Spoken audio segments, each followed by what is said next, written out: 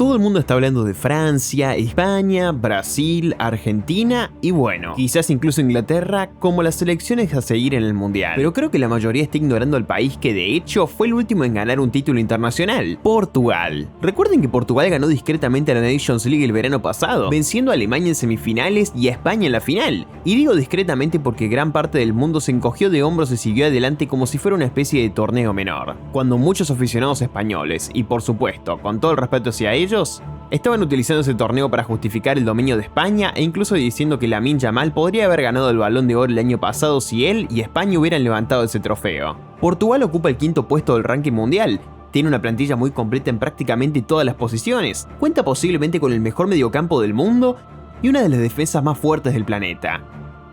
Además, desde la llegada del entrenador Roberto Martínez, Portugal ha promediado un 71% de posesión, contando posiblemente con la plantilla más profunda, equilibrada y en edad ideal de toda su historia. Tengan cuidado, porque puede que realmente tengan que preocuparse por Portugal. Y antes de que empiecen a llamarme fanático o que estoy exagerando, simplemente escúchenme.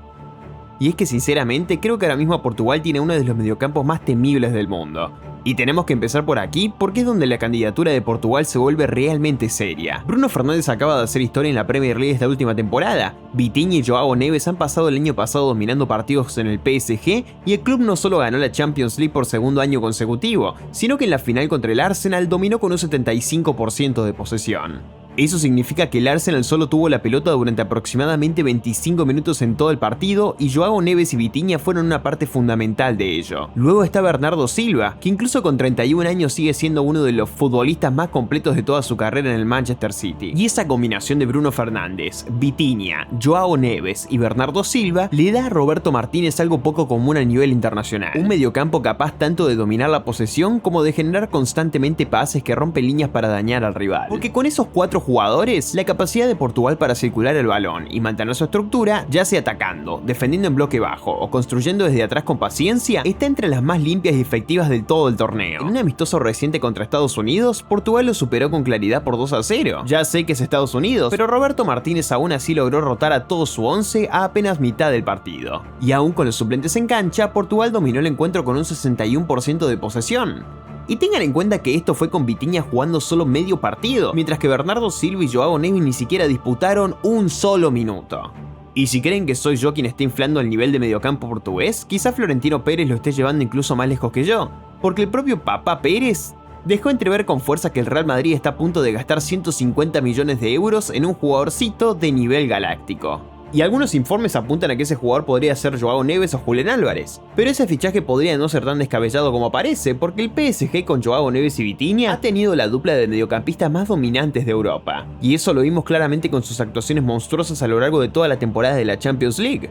Porque si pensaban que estos dos ya eran buenos el año pasado, ahora simplemente han mejorado muchísimo más y han evolucionado por completo en sus capacidades. Por eso, aunque Bruno Fernández acaba de hacer historia en la Premier League al establecer el récord de más asistencias en una sola temporada con 21, se puede argumentar que Vitinha y Joao Neves serán un factor aún más importante para el éxito de esta selección. Pero lo interesante de Portugal es que incluso si no tiene una fuerza ofensiva tan dominante como Francia o Inglaterra, al combinar ese brillante mediocampo con un ataque emergente lleno de jugadores hambrientos y en gran forma, ya puede imaginar una lluvia de pases filtrados de Bruno Fernández destrozando las defensas rivales, aprovechando los espacios creados por mediocampistas que controlan el ritmo del juego como Vitinha, Joao Neves y Bernardo Silva. Porque en el ataque de Portugal, Joao Félix no está ni cerca tan acabado como mucha gente cree. Quiero decir, el tipo todavía tiene apenas 26 años y ha sumado un total de 45 participaciones de gol en 46 partidos. Claro, entiendo que se trata de la Liga Árabe y que muchos aficionados suelen restarle mérito a quienes juegan allí o en la MLS.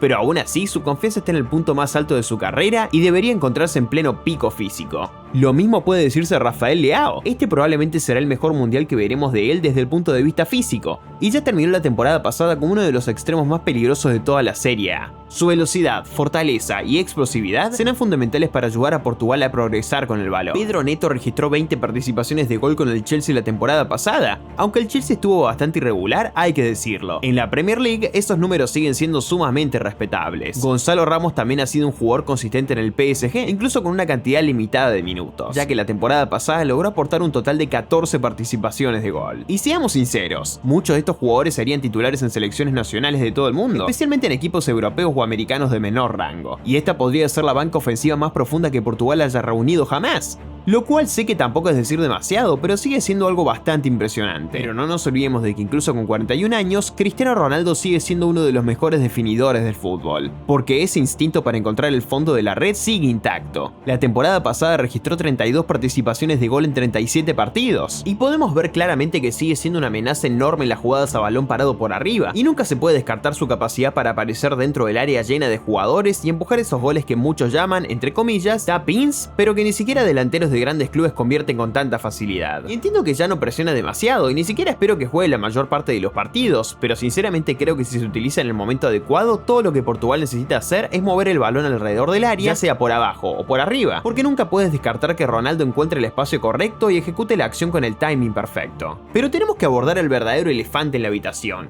¿Cristiano Ronaldo será realmente una ventaja o una desventaja? Porque este será el último mundial en el que veremos a Cristiano Ronaldo. Es una leyenda viviente y un tesoro nacional para Portugal. Antes de su aparición, Portugal incluso tenía dificultades para clasificarse a los mundiales y a las Eurocopas. Y con él, la selección pasó de una historia marcada por las decepciones y una vitrina vacía a convertirse en un equipo ganador. Así que solo por el respeto a todo lo que representa, Roberto Martínez va a tener que utilizar a Ronaldo de alguna manera. Pero el gran problema aparece si Portugal realmente quiere ganar, porque debido a su edad y a su falta de presión sin balón, sus minutos tendrán que ser administrados de forma estratégica e inteligente. Porque por mucho respeto que le tengan, no hay ninguna posibilidad de que Portugal gane si juega todos los partidos durante los 90 minutos completos, porque lamentablemente nadie puede vencer el paso del tiempo. Pero los argumentos para ponerlo en cancha tampoco carecen de fundamento, su instinto dentro del área sigue estando intacto, yo diría que incluso más afilado que el de la mayoría de los delanteros en plenitud física del fútbol actual. Su movimiento y capacidad para generar espacio sin balón siguen siendo los mejores de todos los tiempos, su presencia aérea y su timing continúan siendo los mejores de todos los tiempos, y cuando necesitas a alguien que caza una pelota suelta y la manda al fondo de la red, no hay nadie mejor en Portugal para hacerlo. José Mourinho, un hombre que rara vez regala elogios, lo dijo de forma muy clara después de ver a Portugal jugar sin Ronaldo.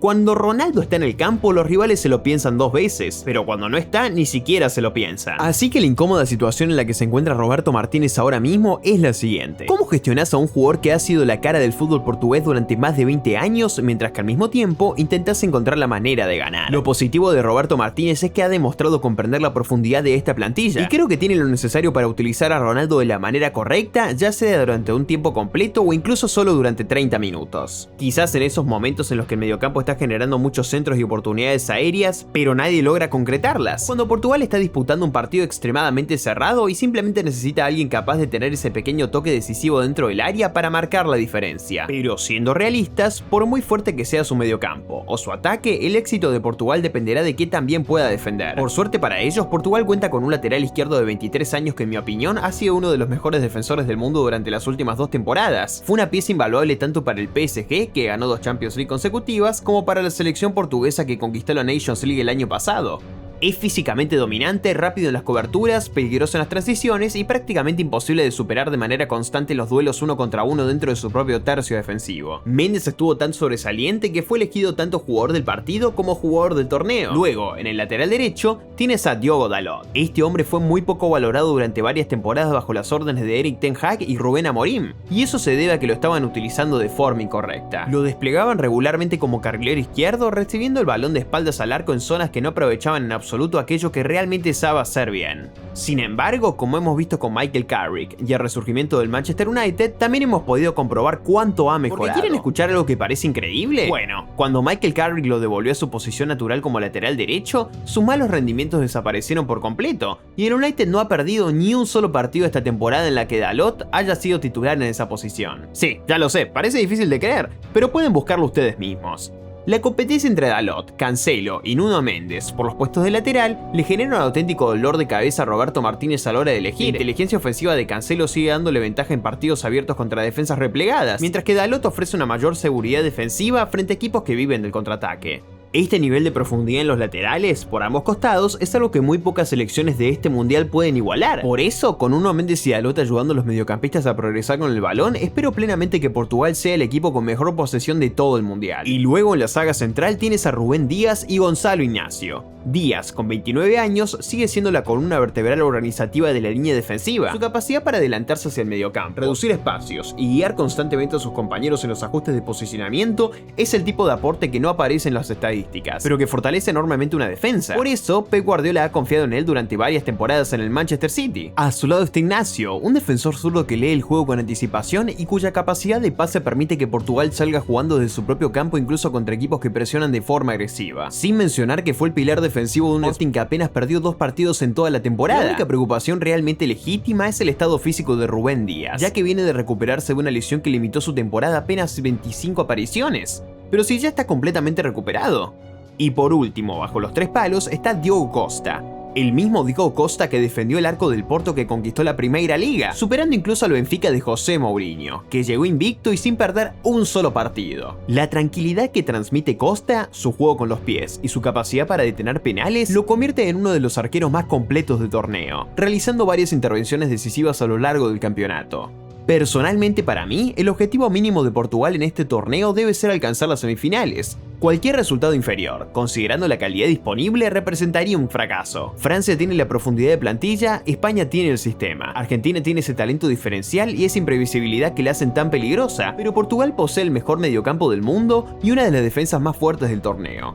Su título de Nations League demostró que esta selección puede derrotar a rivales de primer nivel cuando la estructura funciona y los jugadores compiten los unos para los otros. Y lo más sorprendente es que desde entonces prácticamente todos sus jugadores han seguido mejorando y esta versión de Portugal es realmente aterradora. Así que si deberían tenerle miedo o no dependerá completamente de las decisiones que Roberto Martínez tenga o no el valor de tomar. Pero para mí, esta es la razón por la que Portugal es una selección a la que le voy a temer. ¿Y ustedes qué opinan? ¿Qué selección creen que merece especial atención este mundial? Déjenmelo saber en los comentarios.